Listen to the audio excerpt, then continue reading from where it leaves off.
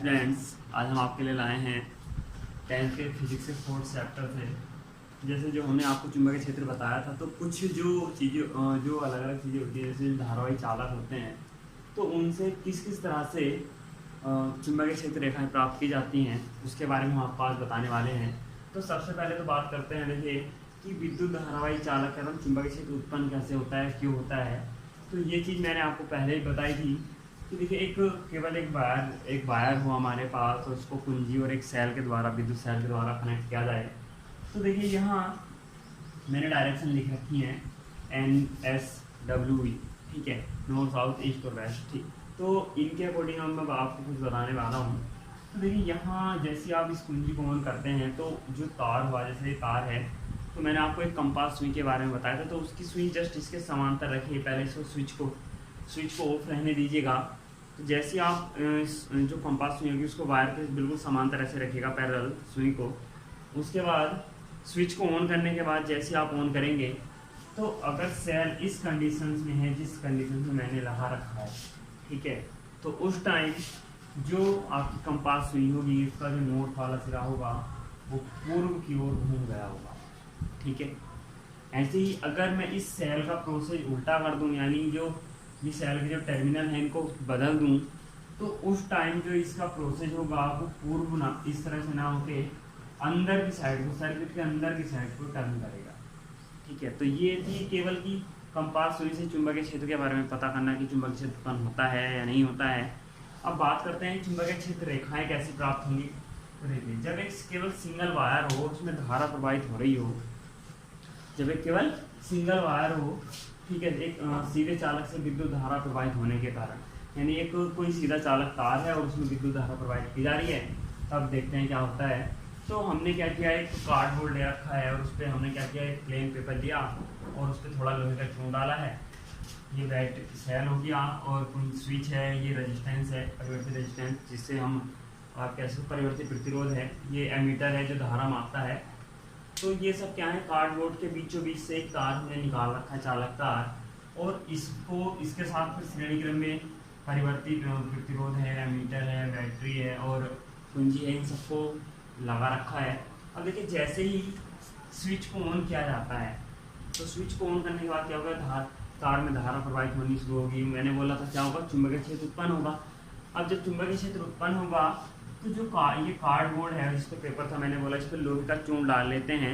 तो लोहे के चून से क्या होगा, आप इसको हल्का हल्का कर हिलाएंगे कार्डबोर्ड को, तो ये जो चून होगा, ये क्या होगा, एक जो सेकेंडरी वृत्त होते हैं उनके रूप में परिवर्तित होना शुरू हो जाएगा। यानी पहले जो डिस्टर्बेंस था इसमें, अब वो क्या हुआ, एक जो सेकेंडरी वे होते हैं वृत्त, उनके रूप में परिवर्तित होना शुरू हो जाएगा। तो यानी जो चुंबकीय क्षेत्र रेखाएं होंगी, वे इस गोले के अकॉर्डिंग जो एक सेकेंडरी वृत्त उत्पन्न हुए हैं, इसके अकॉर्डिंग उत्पन्न होंगे। यानी जो चुंबकीय क्षेत्र रेखाएं हम ये रेड कलर के अकॉर्डिंग देखते हैं, इसी तरह से किसी सीधे चालक में धारा प्रवाहित करने पर इसी तरह से जो चुंबकीय क्षेत्र रेखाएं होती हैं, वे क्या होती हैं, उत्पन्न होती हैं, ठीक है, क्लियर।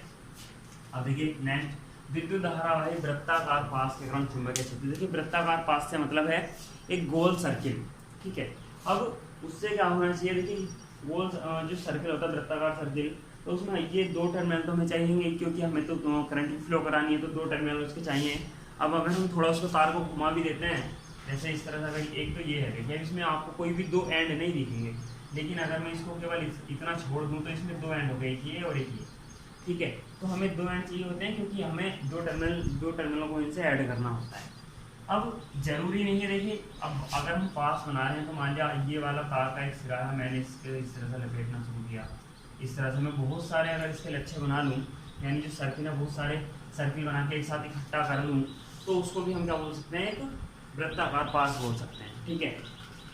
तो अब ऐसा नहीं है, केवल देखिए ये तो केवल एक सिंगल वृत्ताकार पास हुआ। अब इसी के साथ हम बहुत सारे इस तरह से अगर इस सर्किल एक साथ इकट्ठे कर लिए जाएँ, जैसे आपने देखा होगा, जब हम किसी जैसे जो वायर वगैरह आते हैं, उसका जो पैकेट आता है, इस तरह से जो लाते हैं, तो वो वायर के जो बहुत सारे जो सर्किल होते हैं, वो एक साथ इकट्ठे हुए होते हैं। तो उस चीज़ को भी हम क्या बोलते हैं, वृत्ताकार पास बोलते हैं।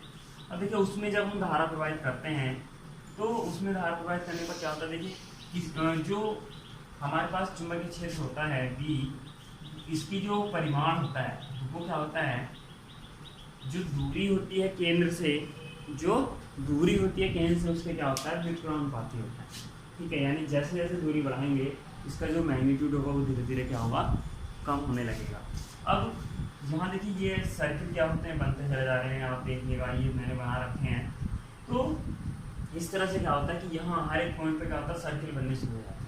ठीक है, अब यहाँ केवल हम पॉइंट की बात करें, देखिए ये पहला सर्किल हुआ, फिर दूसरा हुआ, फिर इसके बाद रेडियस और बढ़ गई, फिर रेडियस और बढ़ जाती है, फिर और बढ़ेगी, इस तरह से।